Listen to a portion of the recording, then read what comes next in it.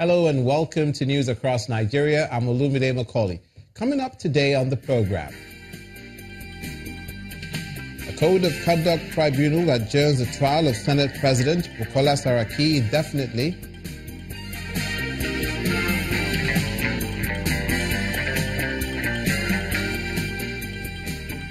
Women across Nigeria are being celebrated today as the world marks International Women's Day.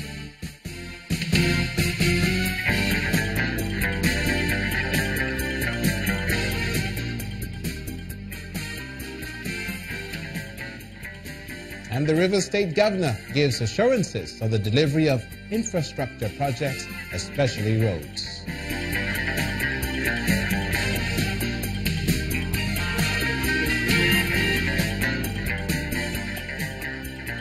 Thank you so much for joining us today and welcome once again to the program.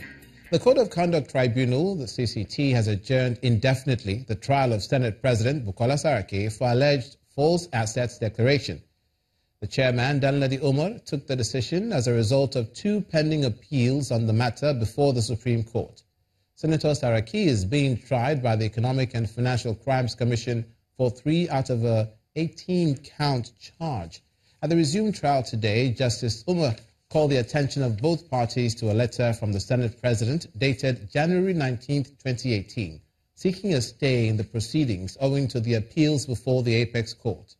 The chairman argued that although an appeal does not mean stay in proceedings, it's important to consider the integrity of the Supreme Court. Counsel to the EFCC, Rotimi Jacobs, disagreed with the stay of proceedings, but Dr. Saraki's counsel, Kanu Agabi, urged the court to adjourn. In the southeastern region of the country, the Anambra State Governor, Willie Obiano, has given assurances that bottlenecks that may cause delays in the completion of the several road projects before the rains come have been addressed. The governor said this during a surprise visit to the asphalt works at Ukpo Street, Dunokofia local government area of the state. In the meantime, he seems satisfied with the quality of work done in many of the cities. The importance of quality road networks cannot be overemphasized, as the infrastructure plays a crucial part in the growth of a state's economy.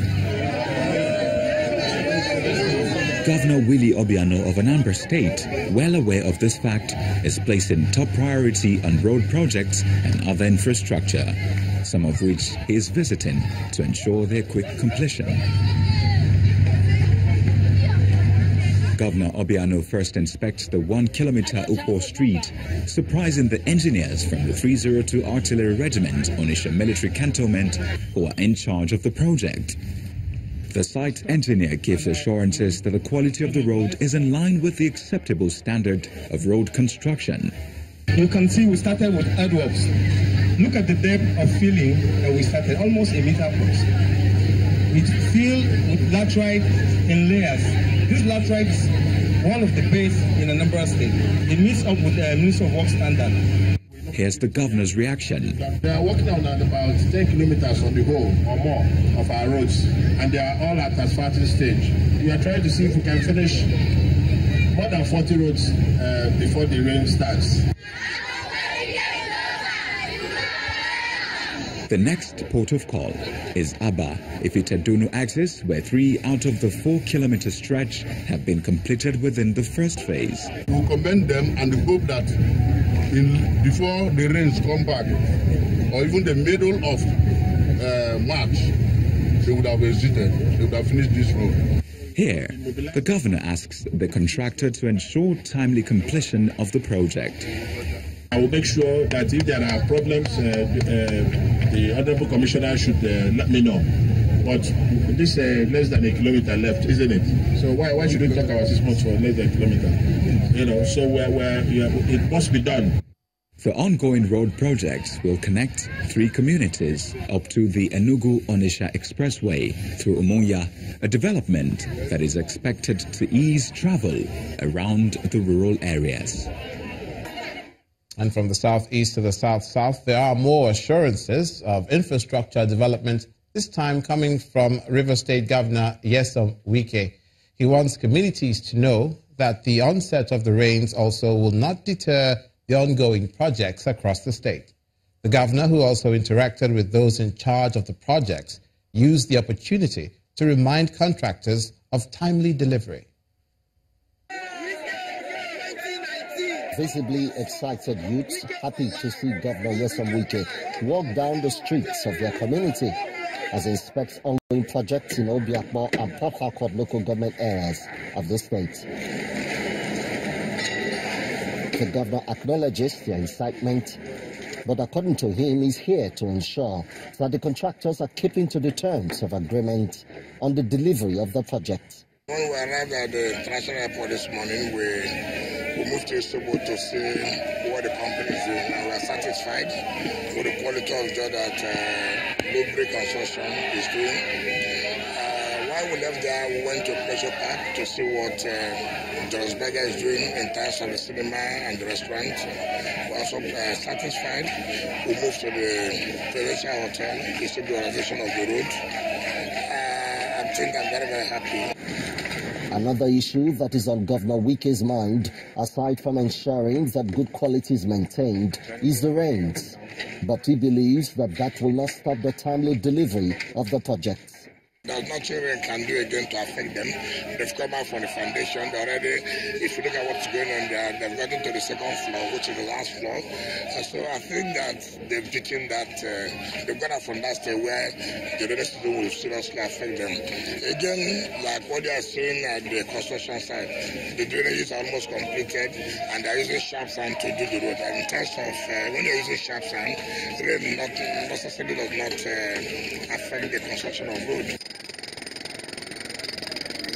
The River State government is also insisting that the contractors employ the services of locals in some of their construction works as a way of providing jobs for the youth. He is, however, confident that by the time the projects are completed, the people would have indeed seen the true dividends of democracy in this state. Emmanuel Ere, Channels Television News. In the Southwest and to education, the crisis rocking the Academic Staff Union of Universities, ASU Obafemi Awolowo chapter, has taken a new turn, with some members pulling out finally to form another body. And just as ASU conducts its election, the newly formed Congress of University Academics also inaugurates its executives the same day at another venue on the same campus. Over the last 2 years, the Academic Staff Union of the Obafemi Awolowo University, Ile-Ife, has been rocked by a series of internal wranglings. The build-up to the final appointment of a new vice-chancellor for the institution was fingered as one major factor that divided the union. After a series of protests and near-physical confrontation between the breakaway faction and the nationally recognized executive, the aggrieved members last week announced the formation of the Congress of University Academics, CONUA, as an alternative to ASU. The Congress, in its wisdom, decided that we cannot continue in an unfair environment, in an environment that is devoid of truth, in an environment that is unjust, and that we want to dissociate ourselves from ASU. Hence, the formation of Congress of University Academics.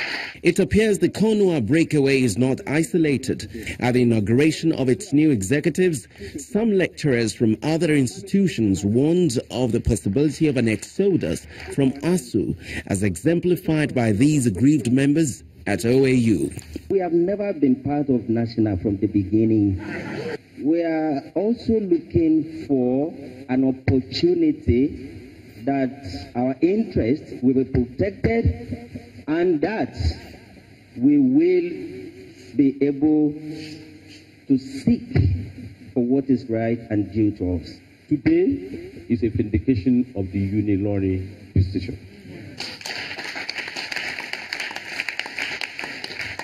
Because I look at the length and breadth of the academics in the Nigerian space, and I ask myself, where or who can be more ASU than OAU?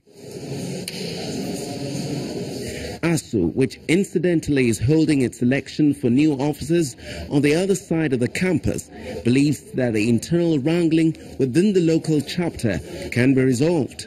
They were members of our union. Why didn't they bring out the information and level it? We have our grievance procedure. We have our procedures for handling such matters. Why did they not bring it out? I therefore want to appeal to all our brothers and sisters, our potential members of the union, on the other side, to please let us give peace a chance. OAU Ile-Ife branch is one of the many local chapters of ASU bedeviled by internal conflict. The concern of its members is what becomes of the staff union if this crisis is not quickly resolved.